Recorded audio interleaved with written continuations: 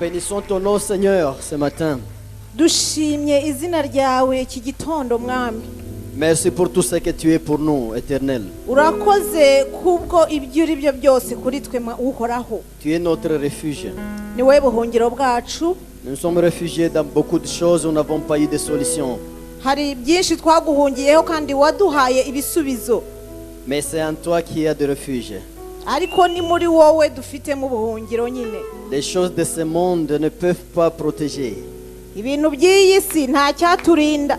Mais toi, Dieu, tu protèges. Ariko ni wowe Imana irinda. Merci pour tout ça, Seigneur. Urakoze kubw'ibyo byose. Je te présente ta parole. Ndakwereka ijambo ryawe. C'est ta parole, Seigneur. Ni ijambo ryawe mwami. Et moi comme un outil. Nanjye nk'igikoresho. Et mes frères et mes sœurs comme les gens qui veulent entendre de toi. Kandi bene data baje bashaka kumva ibiturutsi wawe. Parle à travers la parole. Bavugisha unyuze mu ijambo ryawe. Parle à travers le message. Bavugisha unyuze mu butumwa. Suscite des vocations à travers ce message.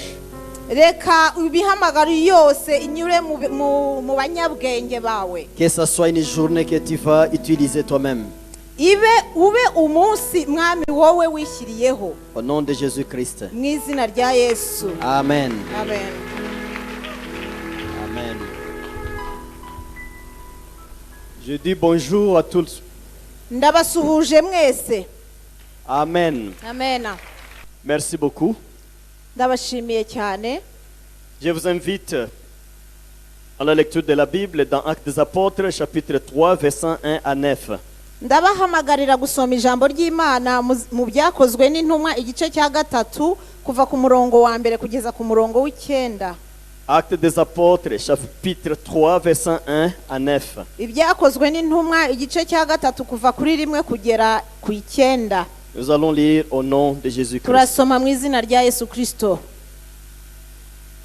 Un après-midi, Pierre et Jean montaient au temple pour la prière de 3 heures. Près de la porte du temple, appelée la Belle Porte, il y avait un homme qui était infirme depuis sa naissance. Chaque jour, on l'apportait et l'installait là, pour qu'il puisse mendier auprès de ceux qui entraient dans le temple. Il vit Pierre et Jean qui allaient y entrer et leur demandant de l'argent. Pierre et Jean fixèrent les yeux sur lui et Pierre lui dit, « Regardez-nous. » L'homme les regarda avec attention car il s'attendait à recevoir d'eux quelque chose. Pierre lui dit alors, « Je n'ai ni argent ni or, mais ce que j'ai, je te le donne au nom de Jésus-Christ de Nazareth. Lève-toi et marche. » Puis il les prit par la main droite pour l'aider à se lever.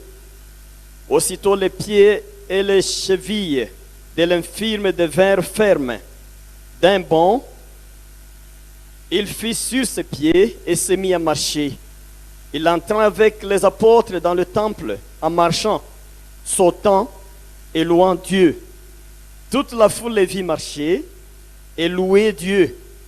Quand ils reconnurent en lui l'homme qui se tenait aussi à la belle porte du temple pour mendier, ils furent tous remplis de crainte et d'étonnement à cause de ce qui lui était arrivé. Amen. Nuko Petero na Yohana barazamuka bajya mu rusengero mu gihe cyo gusenga ari cyo saa 9. Hariho umuntu wavutse aremaye ibirenge, yarahekwaga agashyirwa ku irembo ry'urusengero ryitwa Ryiza kugira ngo asabirize abinjira mu rusengero. Abonye Petero na Yohana bagiye kwinjira mu rusengero, arabasaba ngo bamuhe.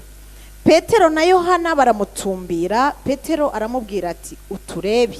Abitaho ngo hari icyo bamuha. Petero aramubwira ati, ifeza n'izahabu ntabyo mfite, ahubwo icyo mfite ndakiguha.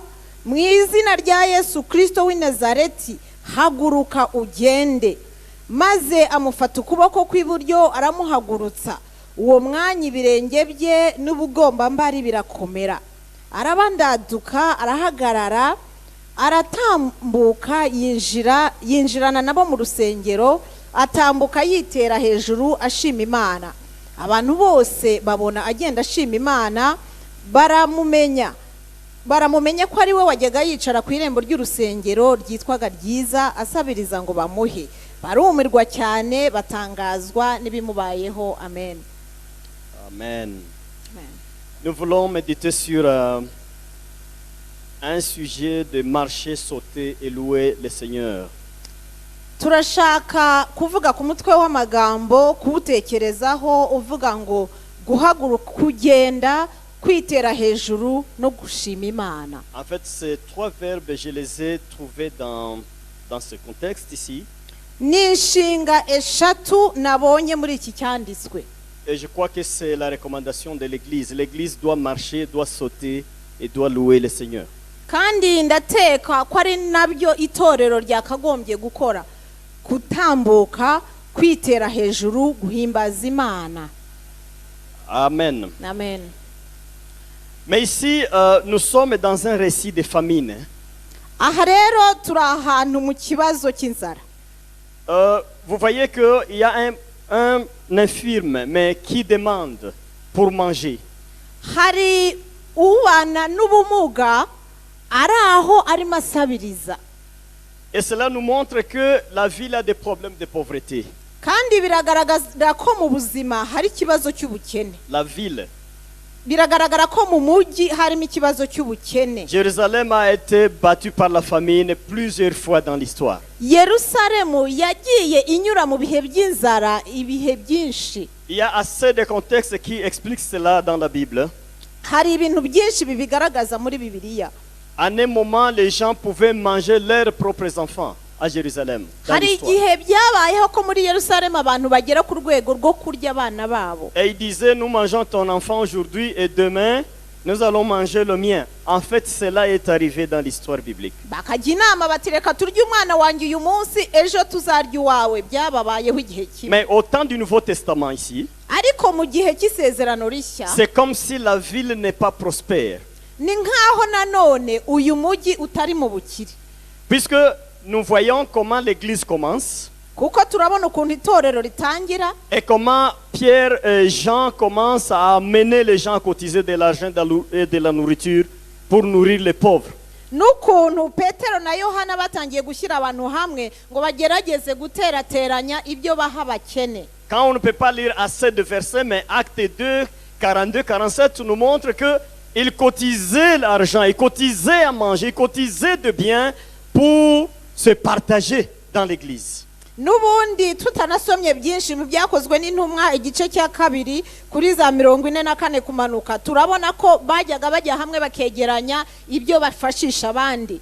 Et ils ont développé le régime des communautés de biens juste pour secourir les faibles qui étaient dans la communauté. Noneho bashyiraho uburyo bwo gusangira ibyabo byose kugira ngo bafashe abatafite icyo bafite. D'un côté, c'est comme une nouveauté, c'est comme un modèle de l'amour du prochain, mais de l'autre côté, ils voulaient aussi couvrir le besoin des pauvres dans la société. Ku ruhande rumwe byagaragaga nko gushyira mu bikorwa itegeko ry'urukundo rwa mugenzi wawe, ariko nanone kwari ugufasha abadafite icyo barya. Vous voyez l'histoire d'Ananias et Saphiras. Murabyibuka inkuru ya Ananias na Safira. En fait, ils étaient dans le groupe et ils devraient aussi cotiser. Ils ont promis de cotiser. C'est dans ce contexte de régime communautaire de biens. Nabo bari muri iyo groupe kandi bari bariyemeje kuzana ibyabo. Bwari muri ubwo buryo bwo gushyira ibintu byose hamwe. Mais ce qui va m'étonner dans l'analyse de ce texte, ariko icyantangaje mbisoma, les pauvres infirmes, uyu mukene ubana n'ubumuga, lui n'entrait pas dans le temple. We ntabwo yinjiraga mu rusengero. Puisque tout ce qu'ils cotisaient, ils amenaient dans le temple aux pieds des apôtres. Ubundi ibyo begeranya byose babizanaga ku birenge by'intumwa mu rusengero. Et quand il fallait partager, on partageait aux gens qui étaient dans le temple. Hageze igihe cyo kubisangira rero bakabikwiririkanya hagati y'abantu bari mu rusengero imbere. Mais l'homme était toujours sur la porte belle. Ariko nyamara wa mugabo we yahoraga ari ku irembo. Il ne pouvait pas entrer dedans. Ntabwo yashakaga kwinjira.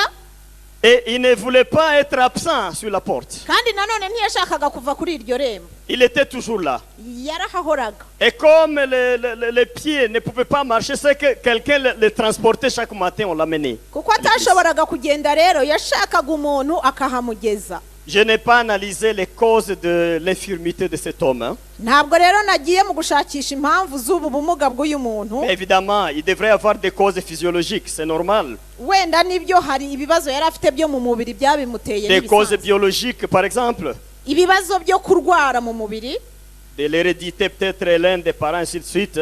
cyangwa se bya karande hari umwe mu babyeyi be yari Ou encore afite des nawe, causes spirituelles.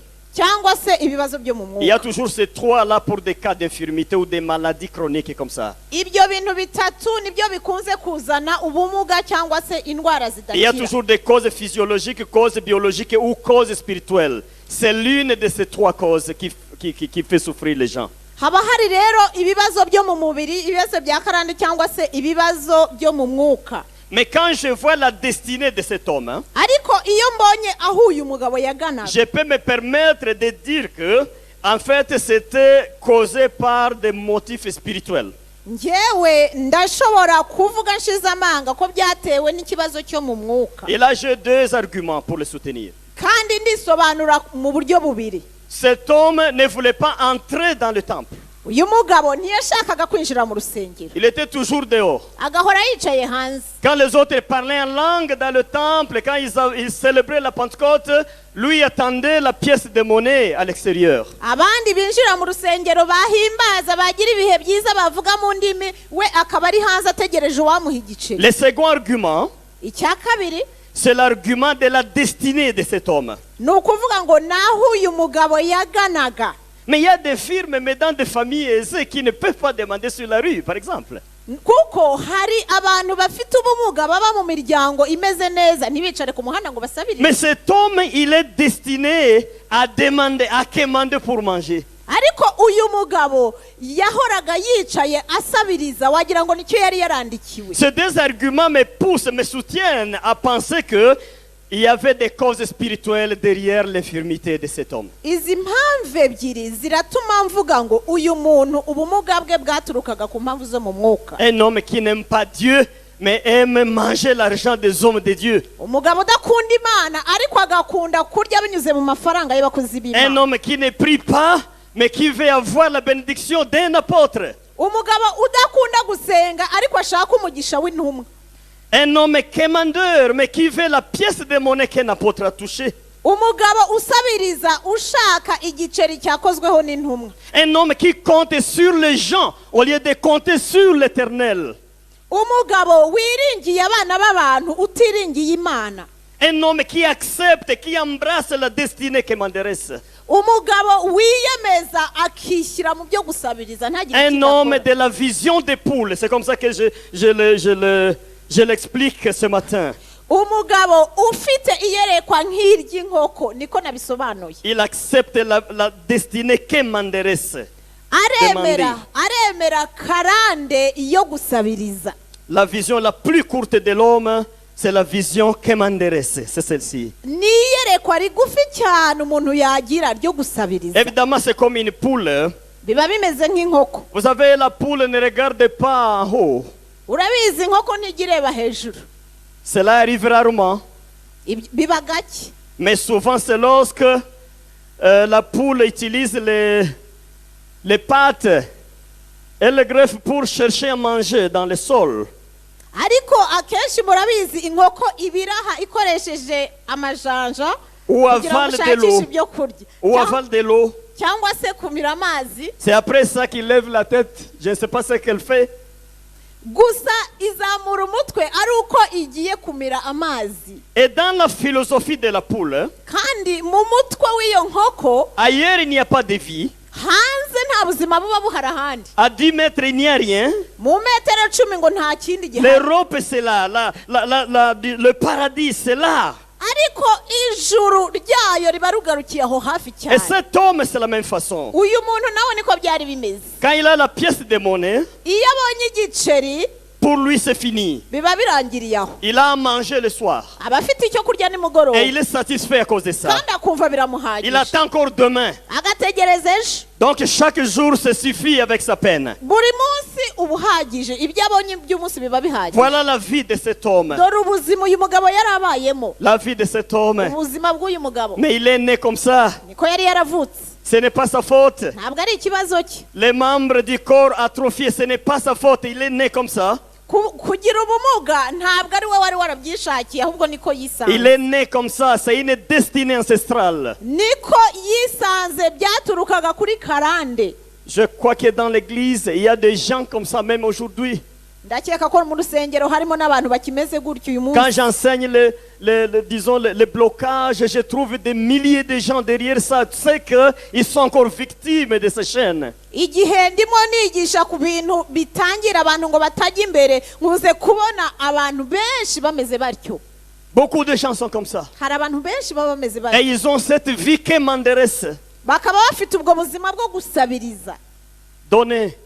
Wampaye. Donner. Wampaye. C'est-à-dire quand il a des problèmes, hein, ni ukuvuga ngo iyo afite ibibazo. Lui il ne fait que mettre les gens dans la tête, sur la liste. Iyo afite ikibazo aratangira agapanga abantu ku murongo. Le matin je peux voir tel. Mu gitondo ndareba runaka. Si tel ça ne va pas, je peux téléphoner tel. Natamfungurira ndahamagara runaka. Si tel ça ne va pas, je vais aller chez tel. Natagira icyo amarira ndahamagara uriya wundi. Si tel ça ne va pas, je vais. Et s'il a 5 par jour, il dit parmi ces 5, quand même l'un d'eux va donner la réponse à ma requête. Agatondekanya abantu batanu ati byibuze bane nibatagira icyo bama ibyo byose ntihaburamo n'umwe. Une destinée que m'intéresse. Abari muri karande ari bwo buzima bwe gusabiriza. Une destinée que m'intéresse. Karande yo gusabiriza. Malheureusement, ariko ikibabaje, ce que les hommes et les femmes donnent, icyo abantu abagore cyangwa abagabo bamuha, c'est valable pour un seul jour. Biba ari by'umunsi umwe gusa. Il vous donne à manger évidemment. Araguha nibyo aguha ibyo kurya. Vous mangez ce soir, mais demain vous avez faim encore. Ukarya nimugoroba ariko ejo ukongera ugakena. C'est ça le mal. Nicyo kibi. Quand l'homme donne, iyo umuntu atanze, c'est vraiment un homme qui donne. N'umuntu nyine aguha nk'umuntu. Vous mangez ce jour et c'est fini. Urarya bikarangira. Le même besoin se présente le lendemain. Ejo urongera ukagira iyo nyota cyangwa Et vous hésitez de rentrer voir cet homme encore. Kandi ugashidikanya ukavuga uti sinakongera kumusubira mu Et maso. puis si vous rentrez le voir encore, wasubira kumureba. Vous savez comment nous sommes nous les hommes. Abantu murabizi uko duteye. Il va commencer à critiquer. Aratangira gusebye. Il vous voit venir, il est sur la fenêtre, il ferme la fenêtre, il dit aux gens, ne dites pas à cet homme que je suis là. Akubona utungutse nka hariya afunga ati nimumubwire ko mpari. Il commence à esquiver. Agatangira kugukwepa. Et demain, il commence à parler de vous partout où il passe. Ejo agatangira kukuvuga hanyuze hose. Celui-là. Uriya. Celui-là. Uriya. Ni tétais-moi. Celui-là. Uriya. Et d'ailleurs, Nubundi. c'est une très mauvaise destinée quand on dépend encore de personnes. Ni karande mbi cyane iyo bakuganira. Mais la vision de Jésus, ariko iyerekwa rya Yesu, c'est d'amener l'église à marcher, kugendera, à sauter gusimbagurika, et à louer Dieu. no guhimbaza Imana. La vision de Jésus pour toi aujourd'hui, umugambi wa Yesu kubwawe uyu munsi, tu dois être capable de marcher sur tes pieds, ugomba gushobora kugendera ku tu dois maguru être yawe, capable de sauter, ugomba gushobora tu dois être capable gusimbagurika, de louer le Seigneur toi-même. ugashobora guhimbaza Imana ubwawe wowe. Puisque maintenant ta vision va se concentrer sur lui-même, qui est l'éternel, qui ne se fatigue pas avec les besoins de iyerekwa l'humanité. ryawe noneho rigiye guhindukira rihange Yesu kuko ni uhoraho. Alléluia. Amen. Ne dites pas maintenant, est-ce que c'est une faute de demander à quelqu'un? Moi, je n'ai pas enseigné ça. Ntuvuge ngo none se ni icyaha gusaba umuntu, ibyo sinabivuze. Mais vous devez arriver au niveau de ne pas demander. ariko wagombye kugera ku rwego rwo kudasaba. Ce n'est pas un péché de demander. Ntabwo ari icyaha gusaba. Mais arriver au point de ne pas demander. ariko kugera ku rwego rwo kudasaba, Même spirituellement, c'est la même chose. no mu mwuka niko bimeze. Ce n'est pas un péché de demander l'aide spirituelle à ton pasteur. Ntabwo ari icyaha gusaba ubufasha mu mwuka ku mushumba wawe. Mais l'idéal est que tu parviens toi-même à ne pas demander des choses spirituelles. ariko icyiza kurushaho nuko wowe utasaba. Quand tu persistes dans la mentalité de vouloir demander, devient quémander, et là tu es dans une destinée qui n'est pas une bonne destinée. iyo ukomeje ushaka gusaba ugasaba amaherezo wisanga wabaye nkuriya usabiriza, kandi iyo ni karande mbi. Que Dieu nous aide. Imana dufashe. Alléluia. Amina. Nous devons devenir indépendants. tugomba kubaho twigenga seulement dépendant de Dieu qui est au ciel. tukagengwa n'imana gusa akaba ariyo duhanga C'est lui qui amaso connaît nos besoins les plus profonds. niwe uzi ibyo dukeneye C'est lui qui connaît nos souffrances. ni imana yacu izi akababaro C'est lui qui kacu ne peut pas nous critiquer devant les hommes. niyo itatuganirira abantu Que Dieu nous aide pour devenir indépendants et dépendants de lui-même. imana idufashe tubeho twigenga ariko tubeho kubw'imana gusa Alléluia. amina Alléluia. amina Ah, je dois devenir indépendant des hommes mais dépendant de Dieu. ngomba kwigenga ku bantu ariko nkagengwa n'imana Si tu acceptes ça, manifeste par ta main. nimba ubyemera bigaragaze Soyez un homme et une femme indépendante des hommes.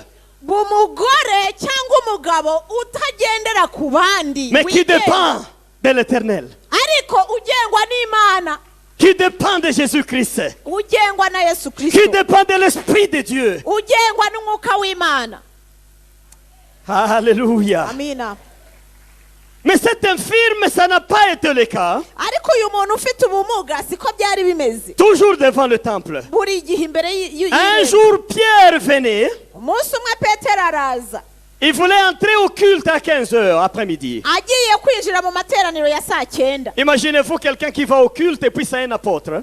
mutekereze intumwa igiye mu materaniro Cela veut dire il venait de la prière. ni ukuvuga ngo yaravuye mu masengesho Il venait dans la prière. yaravuye mu Et il masengesho voulait aller enseigner l'église. agiye kwigisha Il itorero était plein de gloire de Dieu sur lui. yari yuzuye icyubahiro cy'imana Et puis ce n'est pas un Pierre comme le Pierre avant la Pentecôte.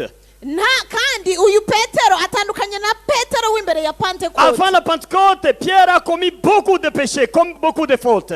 imbere y'umunsi wa pantekote petero yari afite ibyaha byinshi cyane n'amakosa Mais le jour de la Pentecôte, ariko umunsi wa pantekote Pierre a changé de nature. pierre ahindura uko Il est ateye devenu une autre personne. aba undi muntu Il avait la puissance de Dieu avec lui. agira imbaraga z'imana La Bible nous montre que les pierres après Pentecôte, bibiriya itwereka ko petero w'inyuma ya pantekote c'est quelqu'un qui était entouré de miracles à côté de lui et dans lui. ni umuntu wari wuzuye ibitangaza yagendaga abikora haciye hose Les chrétiens attendaient Pierre, abakristo bakamutegereza comme ils étaient nombreux à l'attendre. kandi bari benshi bamutegereje Ils se disaient seulement qu'il faut que l'ombre de Pierre me touche pour recevoir la délivrance de ma vie. bakibwira bati byibuze n'igicucu cye nikidukoraho turabohoka C'était devenu une autre personne différente de yari Pierre avant yarabaye la umuntu Pentecôte. utandukanye n'uwa mbere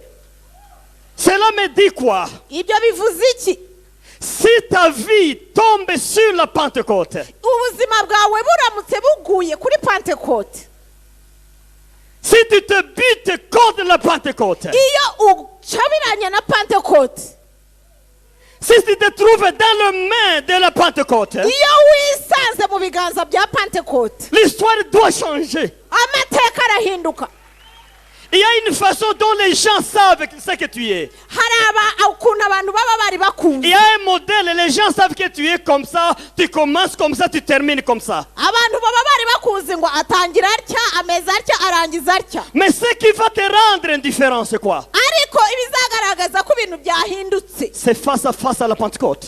ni uguhura na pantekote C'est quand tu vas te buter à la Pentecôte. ni igihe uzahurirana na pantekote Il y a une transformation intégrale de la vie. hari guhinduka mu buryo budasubirwaho Et mu même buzima. la vision du ministère change après la Pentecôte. ndetse n'iyerekwa ry'umurimo rirahinduka burundu Alléluia. amina Et Pierre, c'est un fruit de la Pentecôte déjà. kandi petero ni imbuto ya pantekote hano Il hantu va au culte. agiye gusenga Et l'infirme voit deux hommes venir. ufite ubumuga abonye abagabo babiri Mais baraje plein de gloire de Dieu. ariko buzuye ubwiza bw'imana Il s'est dit, aujourd'hui, je vois des boss venir. J'aurai quand même de l'argent suffisamment.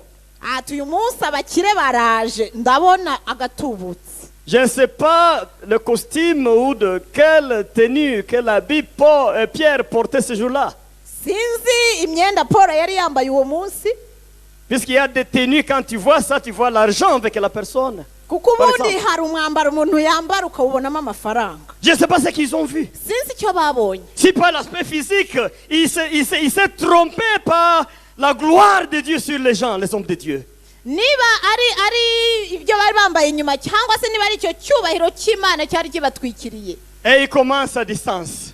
Aratangira. Il commence à distance. Atangira bakiri kure. Il commence à demander. Atangira gusaba. Aide-moi, aide-moi, aide-moi. Mwamfunguriye. Oh, Jésus-Christ. Oh, Yesu. Pierre regarde la personne. Petero arareba. Jean regarde la personne.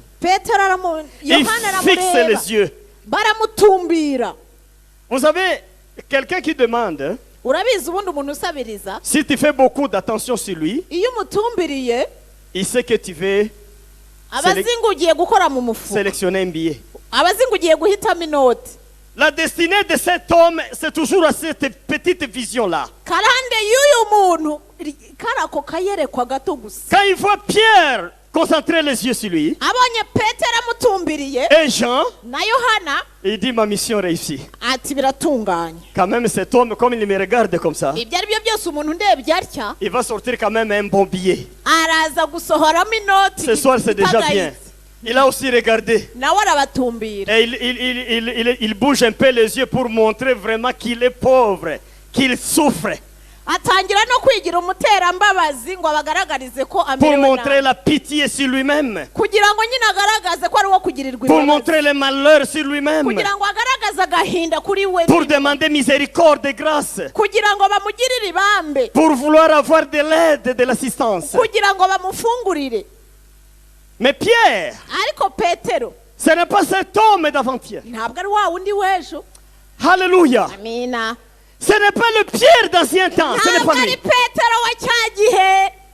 Le Pierre d'ancien temps, c'est qui? Petero wa cya gihe nindi. C'est quelqu'un qui devrait toucher dans la poche Ni wa wundi washoboraga gukora mu mufuka et chercher une pièce de monnaie agashaka igiceri et dire à cet homme, hein, akabwira uyu mugabo prends. akira Et il entre dans le temple. akigira mu rusengero. Mais ce qu'il fait, Ariko icyo akoze c'est bien. ni byiza Mais ce n'est pas très bien. ariko si byiza cyane. Si tu me donnes 10 poissons, je vais manger ce soir. Iyo umpaye ifi ndayirya uyu munsi. Mais si tu m'apprends à pêcher, Ariko iyo unyigishije kuroba je n'aurai plus faim.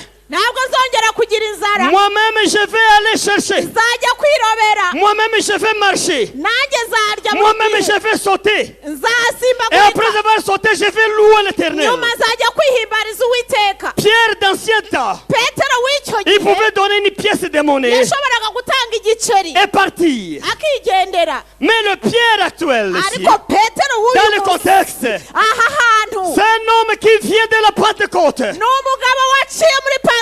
Il est passé dans les fours. Yanyuze mu ifuru. Il est passé dans les fours. Yanyuze mu ifuru. Il veut relever la personne. Il veut relever la personne. Arashaka kuzamura uyu Il muntu. veut aider la personne à quitter Arashaka l'état. kumufasha kugira ngo ave muri ya karande.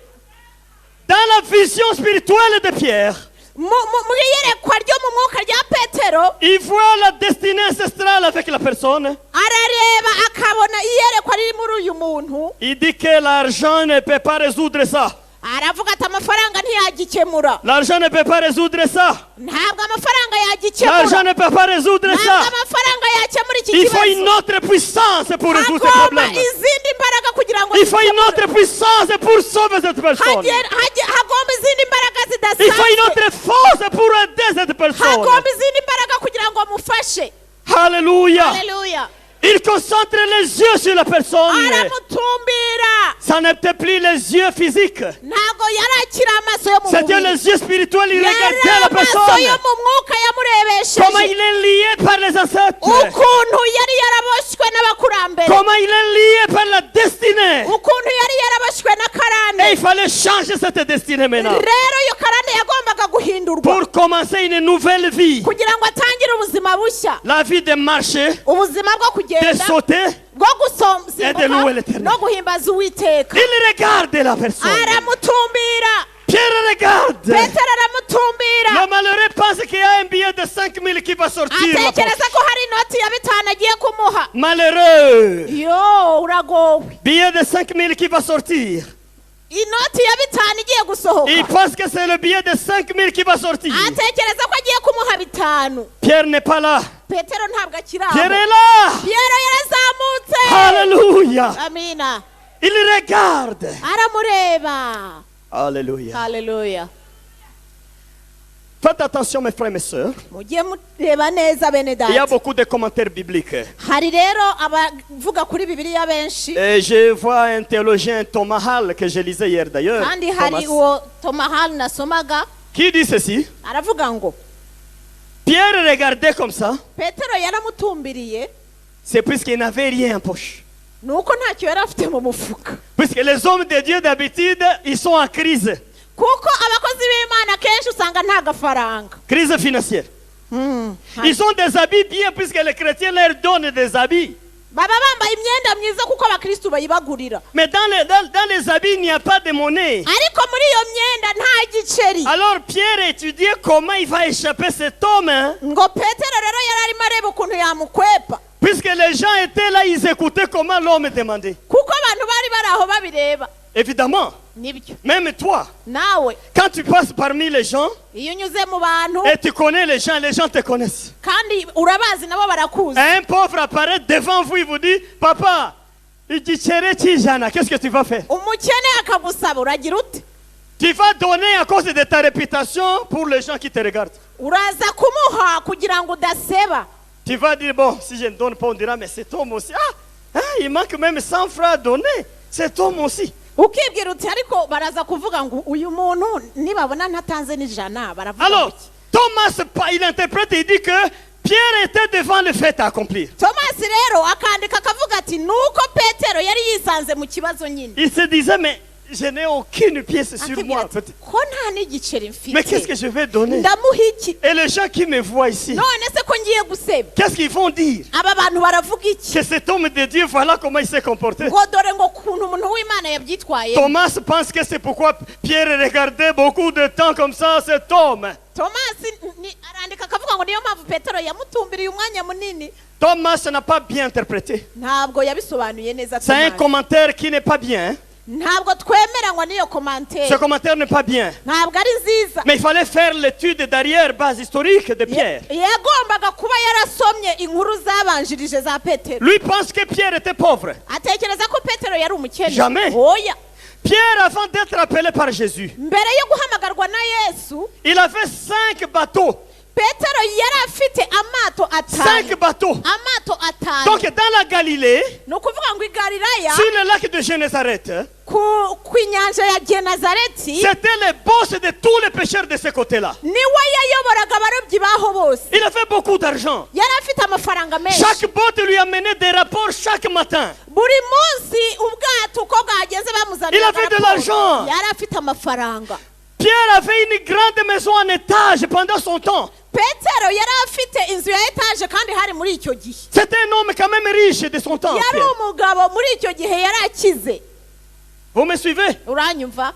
Mais Jésus l'a retiré de tout ça, il a demandé de venir. Ariko Yesu aza kumukura muri ibyo byose aramubwira ngo nkurikire. Mais quand vous faites une étude herméneutique, une interprétation de la Bible, Iyo rero utangiye gusobanura Bibiliya, tu verras que quand il a suivi Jésus, urareba igihe yakurikiraga il Yesu, n'a pas abandonné les bateaux à 100%. ntabwo ubwato bwe yaburetse burundu. Il faisait tout le travail avec Jésus. Yakoranaga na Yesu. Mais les enfants, Ariko les abana, petits frères, abarumuna les be, travailleurs, abakozi ils amenaient le rapport à Pierre. bakamuzanira raporo. Tu peux voir quand Jésus est mort. Ushobora kubona igihe Yesu yapfuye. Qu'est-ce que Pierre a dit? Petero yavuze ngo iki? Il dit, cet homme meurt. Yaravuze ati arapfuye. Mais la famine va nous tuer. Tugiye kwicwa Eh n'inzara. ben, moi je pars. Njyewe rero nisubiriye. Je rentre Nisubiriyeyo. sur le lac. Nisubiriye ku ruzi. Puisque ces bateaux étaient toujours là. Kuko bwa bwato yari Il avait toujours yarabugumanye. ces bateaux.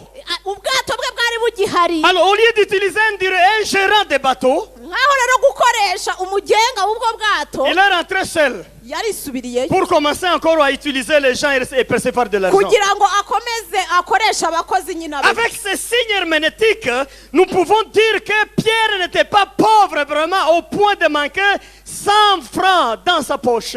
N'ibyo bimenyetso rero tugendeye kuri byo tubona neza yuko Petero atigeze akena ku buryo yabura n'igiceri cy'ijana. Il y a un autre argument, Hari rero ubundi busobanuro, c'est l'argument de l'offrande. ni gutura. Nous aujourd'hui nous manquons à donner dans le temple. Uyu munsi tubura icyo dutanga mu Mais la itorero, foi pendant cette période, ariko kwizera muri iki gihe on n'allait pas devant Dieu sans quelque chose à donner. ntabwo washoboraga kujya mu rusengero udafite icyo gutanga. Pour eux, c'était impératif.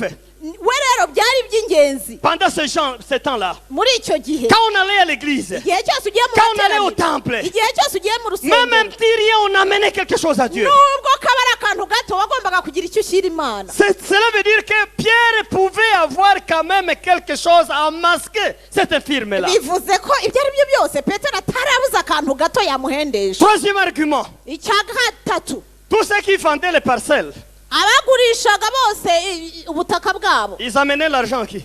bazaniraga amafaranga Mais nde? c'est à Pierre. Petero. Tous ceux qui amenaient les haricots, les maïs, les manioc, l'argent, ils amenaient à qui? abazanaga ibihingwa byose bakagurisha bazaniraga amafaranga Petero. Quand vous lisez bien l'Actes des Apôtres, les chapitres 3 et 4, vous verrez qu'ils cotisaient tout et ils amenaient auprès des apôtres. Donc Pierre et Jean. usome neza ibyakozwe n'intumwa 3-4 uraza gusanga abagurishaga byose abazanaga ibyabo barabishyiraga ku birenge by'intumwa aribo Petero na Yohana. Supposons que Pierre n'avait pas un seul franc en poche. Reka tuvuge mbese ko Petero atari afite n'ifaranga na rimwe, Mais il avait les pouvoirs, c'était le chef à ce moment-là. de ariko l'église. yari shefu icyo gihe. Il pouvait dire, bon, toi, attends, appelez un diacre là-bas. Yashoboraga kuvuga ati tegereza muhamagara umudiyakoni hariya. Est-ce qu'il y a des haricots dans le dépôt? Mbese mu bubiko haba harimo ibishyimbo? Est-ce qu'il y a un habit dans le dépôt? Ese harimo umwenda? Est-ce qu'il y a un peu de viande dans le dépôt? Ese harimo inyama Donne à hariya? celui-ci. Mumuzanire. C'était lui le responsable. niwe wabigengaga. Vous comprenez, mes frères, que Pierre n'a pas manqué quoi donner de matériel. Il n'a pas manqué ça. Birasobanutse rero ko Petero atari umukene nk'uko babyanditse. Il n'a pas manqué à donner. Ntabwo yabuze icyo amuha. Alléluia. Amina. Il n'a pas manqué de matériel à masquer la curiosité de l'infirme. Ntiyigeze abura n'ikintu yamuhendesha byibuze. Mais plutôt c'est la vision de Pierre. Ariko niyerekwa yari amufite. Il avait une vision supérieure. Yari afite iyerekwa ryo Il hejuru. voulait changer la vie de cet homme. Yagira ngo amuhindurire ubuzima. Il voulait amener cet homme dans la destinée avec Jésus-Christ. Yagira ngo amuhindurire icyerekezo amwerekeze kuri Yesu. Il voulait amener cet homme dans la vie. Yagira ngo amugeze mu buzima. Puisqu'il y a des gens qui sont là mais qui vivent mais qui n'existent pas. Kuko hariho abantu bagenda barapfuye. Et il y a des gens qui existent mais qui ne vivent pas. Hariho abantu ubabona ariko batabaho. Ce sont des mots français ou anglais ou Kinyarwanda. Mais vous pouvez comprendre ça. Exister et vivre, c'est différent. C'est deux choses différentes. Ubugenda ariko usa n'uwapfuye. Tu es là, tu existes. Urahari Mais tu ne vis pas. ariko utabaho utari. Tu survis, tu ne vis pas. Uba warapfuye uhagaze. Chercher 10 kilos de maïs. Gushaka ibiro 10 by'ibigori bikaba Tu passes ikibazo. toute une nuit en train de penser, de calculer. Ukamara ijoro ryose ubitekerezaho ubibara bidahura. Tu arranges la tête. Ukagerageza kubishyira ku murongo wapi. Tu penses aux gens. Ugatekereza abo wabwira. Tu montes des stratégies toute la nuit. Ugashyiraho ingamba ijoro ryose. Mais demain, tu n'as pas atteint l'objectif. Ariko ejo ntubigereho. Tu veux aussi visiter la ville du Kenya. Ugashaka kujya muri Kenya. Ça te prend 2 ans. Bikagufata imyaka Tu ibiri. n'es pas encore capable d'y aller. Ukaba utarabasha kujyayo. Et pourtant, on a enlevé le visa. Kandi noneho nta maviza bagisaba. Avec le laissez-passer, tu peux aller et rentrer. Kandi ufite na laissez-passer gusa urinjira. Mais l'argent te manque. Ariko ukabura amafaranga. Tu fais des calculs. Ukabara. Et tu continues à dire, j'irai au Kenya. Quand Yewe ariko amaherezo nzajya muri j'irai Kenya. au Kenya. Nzajya muri Kenya. Là, c'est la vie qui te dirige, mais toi, tu n'as jamais dirigé la vie. Icyo gihe ni ubuzima buba bukuyobora ariko we ntiwigeze ubuyobora. Mais le plan de Dieu, ce n'est pas ça. Ariko imigambi y'Imana La vision de Christ, ce n'est pas ça. ntabwo itorero ry'itorero ari C'est uko toi qui diriges la vie. ni wowe ugomba kuyobora ubuzima. C'est toi qui commandes la vie. Ni wowe ubuha umurongo. C'est comme ça qu'Adam a reçu le plan de Dieu de diriger la vie, de diriger Éden. Niko Adamu yahawe ububasha bwo kuyobora Edeni. Qu'il soit loué le Seigneur. Imana ihabwe icyubahiro. Qu'il soit béni notre Seigneur. Imana yacu ishimwe. Le plan de Dieu, ce n'est pas que la vie doit être un fardeau sur ma tête. Ce n'est pas ça. Ubu gahunda y'Imana si uko ubuzima bumbera umutwaro oya. Mais que je puisse commander la vie. Ariko mbashe kubuha umurongo Commander. kubutegeka. Commander. Kubutegeka. Commander. Kubutegeka. Commander. Kubutegeka. C'est ce qu'il a dit à Adam. nicyo yabwiye adamu Tu vas commander tout. ngo uzategeka byose Tu vas commander tout. uzategeka buri Je mets kintu tout entre tes mains. byose mbishyize mu biganza Mais byawe aujourd'hui, l'argent nous commande. ariko uyu munsi amafaranga La aradutegetse famine nous commande. inzara iradutegetse La nudité nous commande. kwambara ubusa biradutegeka Les maladies nous commandent. indwara ziradutegeka Mais Jésus voulait que nous puissions changer de destinée. ariko comme ça. yesu yagira ngo duhindure Pour icyerekezo commander ces choses-là, kugira ngo tubitegeke nous devons commander ces choses au nom de tugomba Jésus-Christ. kubitegeka mu izina rya yesu C'est ça le plan de notre Seigneur. niwo mugambi w'imana yacu Qu'il soit loué notre Seigneur. uwiteka imana ahabwa icyubahiro Pierre voit dans cette dimension. petero yareberaga mu rwego Il rwo regarde hejuru dans cette dimension. yareberaga mu rundi Il dit rwego non, toi, je dois t'amener au niveau atoya wenda où kuzamura tu vas maintenant commander la vie. utangire utegeka ubuzima Toi, tu dois commander la vie. wowe ugomba gutegeka ubuzima Oh, hallelujah. Maintenant, on pensait que Pierre avait perdu la tête. batekereza ko petero asaze Il ouvre la bouche. afungura umunwa Je n'ai ni or, ni argent à te donner. nta feza n'izahabu mfite byo gutanga Je n'ai ni or, ni argent à te donner. nta feza nta zahabu mfite Cette expression-là, ariko iyi nteruro yakoresheje si tu comprends ça sur le plan matérialiste, uyisobanukiwe mu buryo bwo kureba ibintu tu peux accepter qu'il n'avait rien dans la poche. ushobora guhita uvuga uti nibyo koko nta n'icyo yari afite Mais il n'a pas annoncé ça sur le plan matérialistique. ariko Ce n'est pas ça. ntiyabirebeye mu bintu Ce n'est pas ça. Il était dans la dimension supérieure. ahubwo yari ari mu rwego rwo hejuru Alléluia. haleluya C'est dans la dimension supérieure qu'il était. hari mu rundi rwego Donc Pierre regardait cet homme. Hein. akamureba Il voyait comment l'homme devient une autre personne. akareba uyu muntu ahinduka undi muntu Comment cet homme marche de ses pieds. ukuntu uyu muntu yagenda Comment n'amaguru cet ye, homme travaille. ukuntu umuntu arimo akora Comment il donne la dîme et l'offrande au uyu muntu temple. nawe atanga icya cumi Comment il n'amaturo va bénir d'autres personnes. Hein. ukuntu agiye kuzahesha umugisha Voilà ce abandi que Pierre avait dans la tête. reba ibyo petero yarimo areba mu Voilà mutwe. ce que Pierre avait dans la tête. urabibona ibyo yari afite mu mutwe Voilà ce que Pierre réfléchissait longtemps reba comme ça. ibyo yari arimo atekereza Alors il compare la puissance de Dieu au bien matériel. noneho atangira kugereranya imbaraga z'imana n'ibintu bifatika Je n'ai pas l'or. nta Je n'ai ni l'or ni l'argent nta feza n'izahabu mfite à te donner. ngo nguhe Mais ce que j'ai. ariko icyo mfite Alléluia. Sakara brone ni sakara. Alléluia. Ce que j'ai. icyo mfite Pour dire quoi? Pour dire quoi? kugira ngo avuge ngo Ce que j'ai reçu de la Pentecôte. icyo nakiriye kuri pantekote Je ne peux pas comparer ça à l'argent et l'or. ntabwo nakigereranya n'ifeza n'izahabu Non, non, non, non, non. oya Avant, j'étais un serviteur de l'argent. mbere nari umukozi Je w'amafaranga travaillais pour l'argent. nakoreraga amafaranga Je posais à Jésus des questions matérielles. nabazaga yesu ibibazo Mais by'ibifatika pour le moment, ariko noneho ce que j'ai, icyo mfite ce que j'ai, icyo mfite ce que j'ai, icyo mfite c'est ce que je te donne, toi. nicyo ngiye kuguha Au nom de mu Jésus. izina rya yesu Lève-toi maintenant. haguruka Et quand l'homme bougeait comme ça, umuntu aratangira et l'homme regardait comme ça, umuntu akareba Pierre avance. Pierre aramwegera Il prend l'homme, aramufata il le lève, aramuzamura il le lève aramuzamura avec des pieds faibles. n'ibirenge Mais Pierre bidashinga le lève. arakomeza Il le relève. Il aramuzamura attend que la force touche le pied. ategereje ko imbaraga zimukoraho Évidemment, nibyo l'homme sent un peu d'équilibre. atangira kumva Il sent l'équilibre. yashinga atangira kumva Bientôt, il yashinga sent qu'il peut être yumva debout. ko yashinga Il essaye. aragerageza Et Pierre entre dans le temple. Pierre aragenda mu rusengero L'homme dit quoi? aha bati iki Je marche. ese ndimo ndagenda Je marche.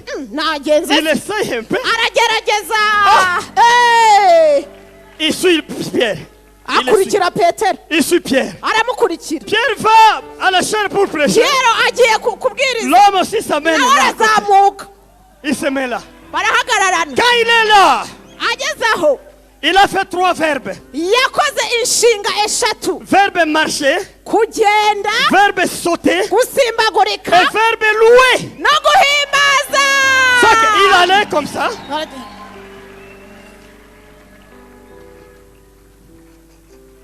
Quand il marche, agenda il essaie de sauter maintenant. agerageza kwitera Il saute. Il saute. arasimbuka Il saute. arasimbuka Il loue le Seigneur. ahimbaza imana Il remercie le Seigneur. Haleluya. Il commence encore, il marche. arongera aragenda Encore il marche. arongera Il marche. aragenda Il saute. arasimbuka Il saute. arasimbuka Il saute. arasimbuka Il saute. arasimbuka Il dit gloire à Dieu. ati imana ihabwa Gloire à Dieu, icyubahiro Jésus. haleluya Il fait la même chose. arongera 3 verbes. inshinga eshatu Et tout le monde regarde. buri wese akamureba Pierre, au lieu de prêcher, il contemple aussi. petero nk'aho kubwiriza aratangira nawe 3 rirebe. verbes. inshinga eshatu Marcher, kugendagenda sauter, kwitera hejuru louer le Seigneur. guhimbaza imana Où est cet homme? uyu mugabo ari he Dans le temple. mu rusengero Avant, il était derrière. mbere yari inyuma Mais yarwo maintenant, il est dedans, dans le ariko temple. noneho ari mu Il commence rusengero à manifester dans le temple. atangira kwigaragaza mu Il rusengero rend gloire à Dieu qui l'a ari béni. icyubahiro cy'imana Oh, kiramanuka. hallelujah. Hallelujah. Pierre maintenant l'appelle et dit, monsieur, c'est tout. petero aramuhamagara ati Tu as beaucoup "Rekera." sauté, wasimbaguritse tu as beaucoup cyane marché. wagenze Et cyane à partir d'aujourd'hui, tu commences à marcher. kuva uyu munsi utangiye Toute kugenda la vie, tu vas marcher sur tes pieds maintenant. ubuzima bwawe bwose uzabumara ugenda Permettez que je prêche un peu, monsieur. reka basi nigisheho Et l'homme gato. était toujours là comme arakomeza arakomeza toujours là, il ne fait plus cette... Ah, en fait, il doit marcher. ahubwo agakomeza Pierre le prend en main. petero aramufata Comme vous voyez cet homme, uko mureba uyu muntu c'est lui qui l'a ressuscité de l'infirmité. uwazutse ava mu bumuga Ce n'est pas moi, ntabwo ari jye wamuzuye mais c'est la force de Jésus-Christ. ariko n'imbaraga za yesu kristo C'est le Jésus que vous avez sacrifié. ni yesu mwatambye C'est lui qui a utilisé sa puissance niwe yakoresheje imbaraga pour ze enlever cet homme dans cette destinée. Et kugira ngo amuvane muri maintenant, karande il a la vie. noneho afite Il est ubuzima prêt à louer le Seigneur. yize guhimbaza imana Puisque Jésus l'a touché. kuko yesu yamukozeho Pierre a prêché. petero arigisha Pierre a prêché. petero arigisha Pierre a prêché. arigisha Avec cet homme comme matériel didactique. n'uyu mugabo ari we mfashanyigisho Que notre Seigneur soit loué. imana yacu ihabwa icyubahiro Que notre Seigneur soit loué. imana ishimwe Mon frère, ma soeur, mwene data je te prêche cette bonne nouvelle ce matin. nakwigishije ubutumwa bwiza muri iki Tu gitondo as besoin de marcher. ukeneye kugenda Tu es encore quelque part, tu n'as pas commencé la marche. waratangiye gahora ariko nturagenda Toute ta vie. ubuzima bwawe Moi, je ne te bwose connais pas. njye sinkuzi Mais le Seigneur te connaît. ariko imana irakuzi Tu ne fais que commander ta vie. urimo urasabiriza ubuzima bwawe Tu bwose commandes. urasabiriza Tu commandes. urafunguza Spirituellement, tu commandes. urafunguza Évangéliste, priez pour moi encore. uti bakozi b'imana munsengere Pasteur, nanone priez pour moi encore. munsengere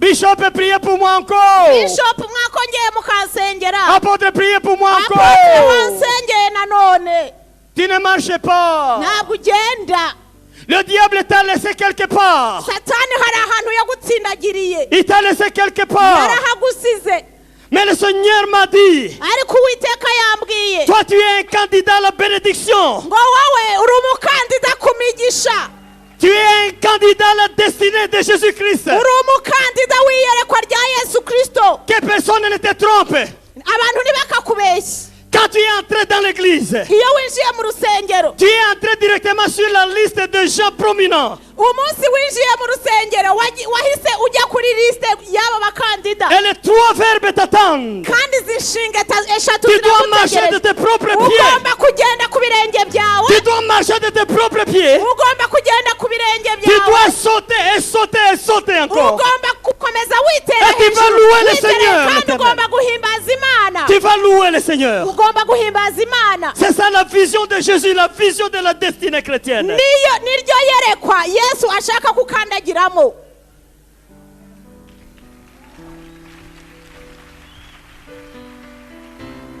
Enlever la vie dans le stade de commander.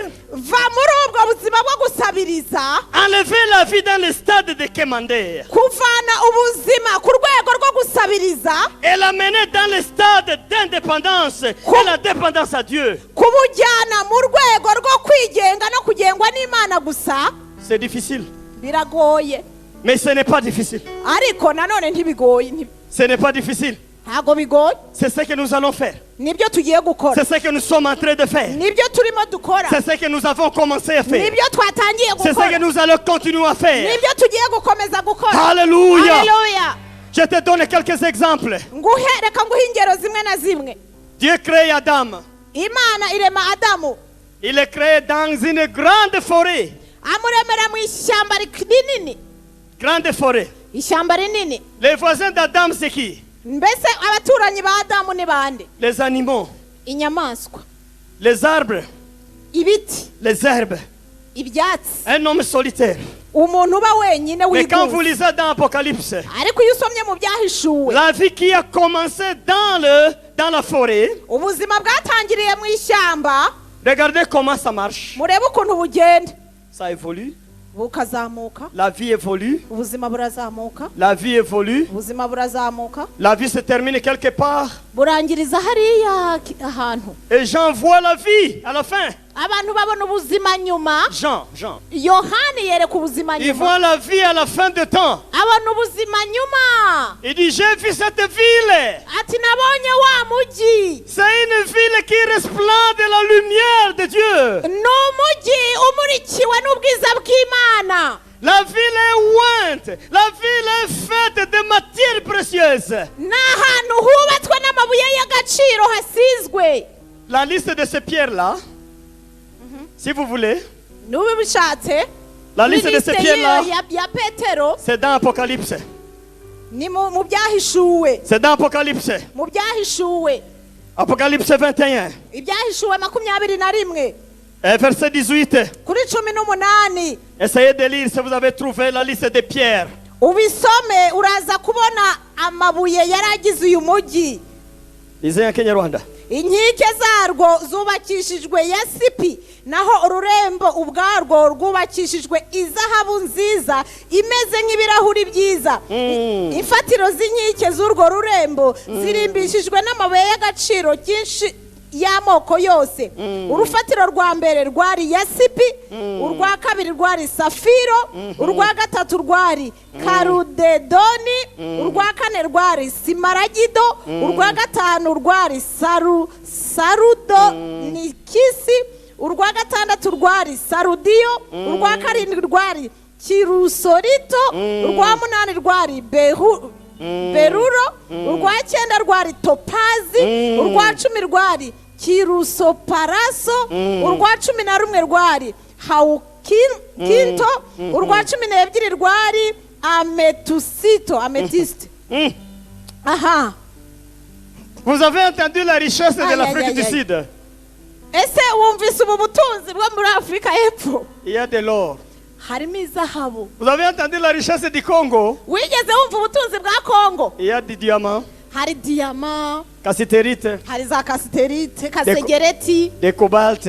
hari cobalt. Vous avez entendu la liste ici au Congo? Nimumbwire, hari Kongo, hari liste y'Kongo mwumvise hano? Vous avez entendu ça? Hari yo wumvise?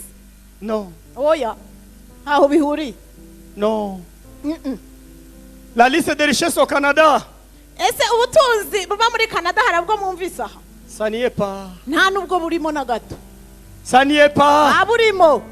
Les États-Unis? Bwa Leta Zunze Ubumwe za Amerika. Ça n'y est pas. Hari ibyo bavuze hariya. Mais la vie qui commence avec la forêt, Ariko ubuzima buratangirira mu ishyamba, la vie évolue bukazamuka, et se termine bukarangiriza dans hariya les saphirs, muri safiro, dans les chrysolites. mu mabuye C'est y'agaciro, une grande ville. ni umujyi ukomeye cyane. Toi, tu es candidat Wowe uri umukandida à la vie merveilleuse. Écoute-moi. ku buzima bwiza ku bwawe. Tu es candidat à une vie merveilleuse. Uri umukandida ku buzima butangaje. Tu es candidat à une vie merveilleuse. Uri umukandida ku buzima bw'igitangaza.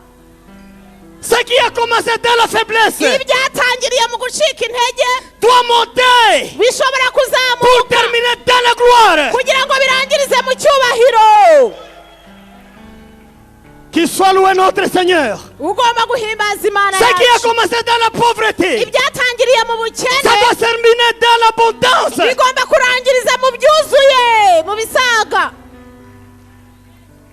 Ce qui a commencé dans la faiblesse basique là, ibyatangiriye muri uku ça gucika doit se intege terminer dans la gloire. ubwo bigomba kurangiriza mu cyubahiro. Haleluya. Acceptez la parole de Dieu. emera ijambo ry'Imana. Recevez la parole de Dieu. mwakira ijambo ry'Imana. Recevez la parole de Dieu. akira ijambo ry'Imana. Recevez la parole de Dieu. akira ijambo ry'Imana. C'est la parole qui bénit. ni ijambo rihesha umugisha. Qui soit loué notre Seigneur Jésus. uwiteka umwami wacu ahimbazwe. La vie des commandeurs, ubuzima bwo gusabiriza ça doit se terminer bugomba kurangiriraho pour amener une autre vie dans le kugira ngo plan de Dieu. haze ubundi buzima, Une vie de gloire ubuzima bw'icyubahiro dans laquelle tu vas marcher de tes pieds toi-même. uzagendera n'amaguru Tu vas yawe marcher de tes pieds. Tu ukabugenderamo vas sauter dehors. Et tu ukabusimbukiramo vas louer l'Éternel. warangiza ugahimbaza C'est la fin de Imana merveille. ugaseka. Haleluya, Alléluia. haleluya, Alléluia. haleluya.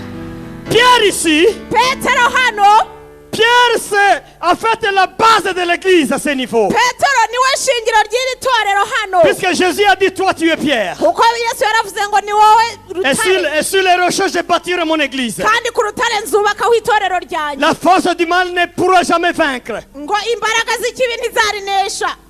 Le même Pierre, uyu Pierre c'est bien lui qui soulève les paralytiques devant le temple. niwe uzamuye uyu muntu ufite ubumuga. Qu'est-ce que cela vous dit? ese bivuze iki? Si l'église manque des infirmes, iyo itorero ribuzemo abafite ubumuga, l'église avance. itorero rijya imbere, L'église avance. rijya imbere. Si la famille manque d'infirmes, iyo mu muryango hatakirimo ufite ubumuga, cette famille progresse. umuryango urazamuka, Cette famille progresse. umuryango utera Il y aura imbere. les trois verbes.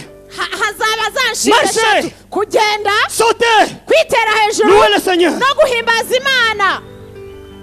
Qu'il soit loué notre Seigneur. Imana yacu ihabwa icyubahiro. Je sens toujours dans moi que ta vie va changer, mon frère, ma soeur. ndumva muri jye ko ubuzima bwawe bugiye guhinduka, Ta vie va changer. bugiye guhinduka, Ta vie va changer. ubuzima bwawe bugiye guhinduka.